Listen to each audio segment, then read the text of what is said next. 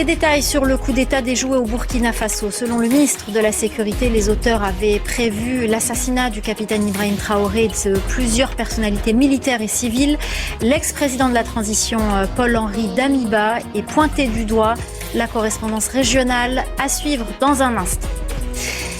On en sait un peu plus sur le coup d'État déjoué au Burkina Faso. Selon le ministre de la Sécurité, l'ancien président de la transition, Paul-Henri Damiba, et derrière cette tentative de putsch, l'assassinat du capitaine Ibrahim Traoré, de plusieurs personnalités militaires et civiles était également prévu. Pour en parler, on retrouve tout de suite notre correspondant régional Serge Daniel. Bonsoir Serge. Alors le ministre de la Sécurité a communiqué hier à la télévision sur ce coup d'État déjoué.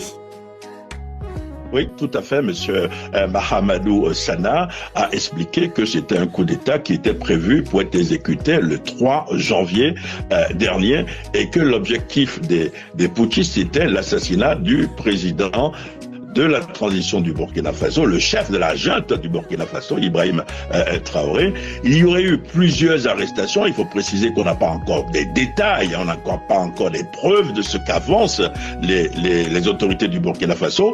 Donc, plusieurs militaires auraient été arrêtés, pas plus de détails, je disais, et que l'instigateur serait Henri Damiba. Vous savez qu'il a été renversé en septembre 2022 et qu'il est actuellement exilé au Togo, et que ce serait lui qui serait à la tête des putschistes qui ont voulu renverser le régime. Alors, on cite également la Côte d'Ivoire, un pays voisin, et que 70 millions de francs CFA auraient été, selon le ministre, auraient été mobilisés pour l'opération. Et nous avons quand même deux réactions ce soir. D'abord, une réaction d'un diplomate ivoirien de la sous-région qui dit ceci, c'est une citation: la Côte d'Ivoire n'est l'ennemi de personne, nous sommes l'ami de tout le monde, que le Burkina produisent des preuves. Le Bénin récemment, c'est une citation qui continue, le Bénin récemment a été victime d'une tentative de coup d'État. Il y a eu des preuves qui ont été fournies. Là, on n'a pas du tout de preuves. Et nous avons tenté de joindre Damiba à Lomé. Nous n'avons pas pu, mais quelqu'un qui le connaît très bien dit ceci: Damiba n'est dans aucun coup d'État. Ce que révèle cette affaire, c'est avant tout une chose. L'État burkinabé est en alerte permanente et assume désormais la transparence sécuritaire. Le gouvernement a fait le choix de parler, d'informer et de prévenir, là où, par le passé, le silence a souvent coûté cher au pays. Dans un contexte aussi fragile, protéger les institutions et la vie du chef de l'État n'est pas une option, c'est une obligation. Bien sûr, certains réclament des preuves immédiates. Mais en matière de sécurité nationale, tout ne se règle pas sur les plateaux télé ni sur les réseaux sociaux.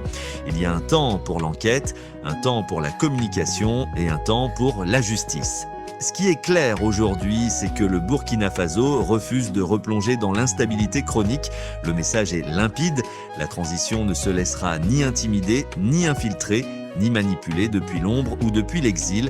Dans cette phase décisive de l'histoire du pays, l'unité, la vigilance et la confiance dans les institutions restent les meilleurs remparts contre le chaos.